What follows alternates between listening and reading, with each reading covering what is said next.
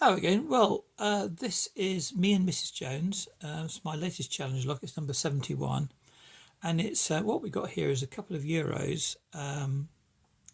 This is Euro A and this is Euro B, and I've joined the two together. The thing with this is though, go and have a look at my diary. I'll put a link in the description. There are issues with this lock, and that is that it hasn't got any bottom pins, key pins. So the drivers from the bottoms go into the so-called slot at the bottom here. So you've got to pick it exactly as if it has got bottom pins in, okay? No cheating. You could just put a rod and pull it down and that would open the bottom, wouldn't it? Like you do, put a pick in and pull it down. But you got to pick it, okay, as if it has got bottom pins. Now the next one will have bottom pins because there was problems with this because it's such a small lock. The pins in it are small. They're 2.5 mil. The key is about 2 mil thick, and so consequently you've only got a tiny bit, and the pins are so small they were rotating in the thing. So, but it works pretty smoothly. There's a tiny catchiness, and that is because of these bottom pins and this key being slightly too small.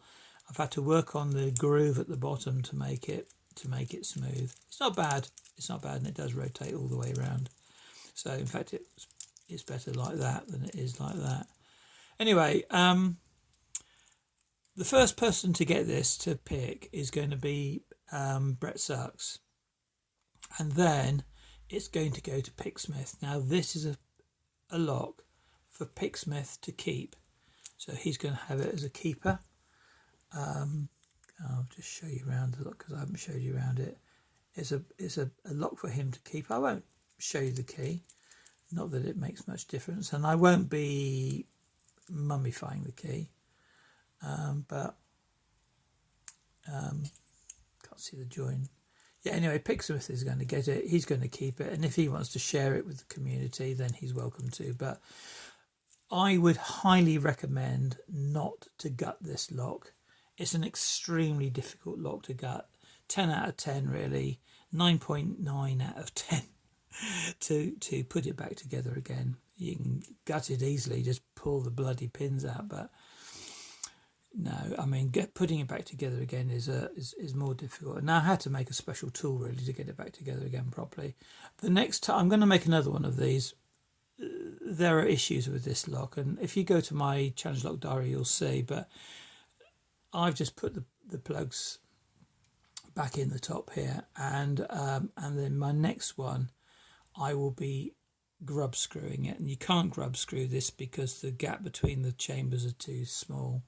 So simple as that. Anyway, there we go. Looking forward to seeing Brett open it. It's a funny lock.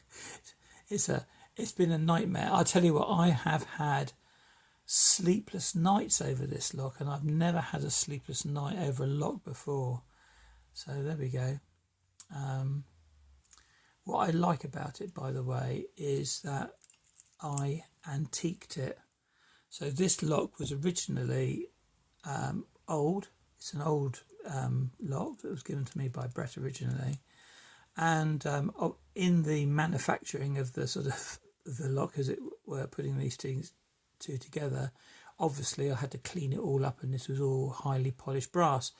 And then I antiqued it, and I'm really pleased with the way it's come out actually, because it really does look